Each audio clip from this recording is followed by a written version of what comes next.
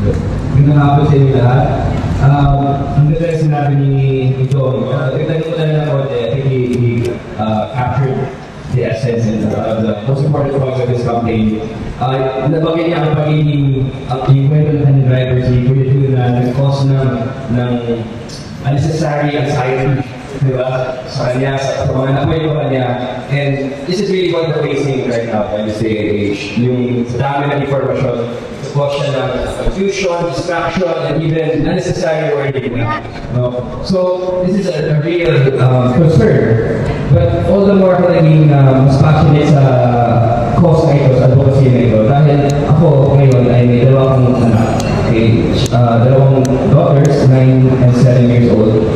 And I'm worried about them, no? Because we were born nanonood sa TV, nakikinig ng dyaryo, and nakikinig ng radyo, nagbabasa ng dyaryo.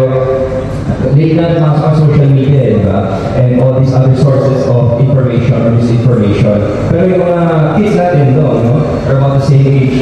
Pinanganak sila, lumalaki sila na talaga ito yung mundo nila. So it worries me as to how this will affect them, you know, in their development as human beings, especially sa emotional and mental health nila.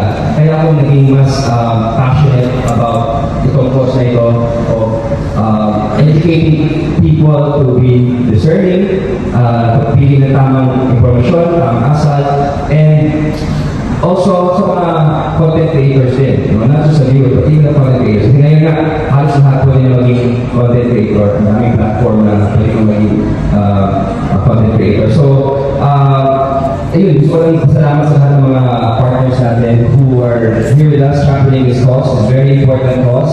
I'm sure your support and your help will really make this project even more successful and make the impact even more profound. So, yun lang po. And to everybody here, thank you so much. Magandang hapon sa inyo.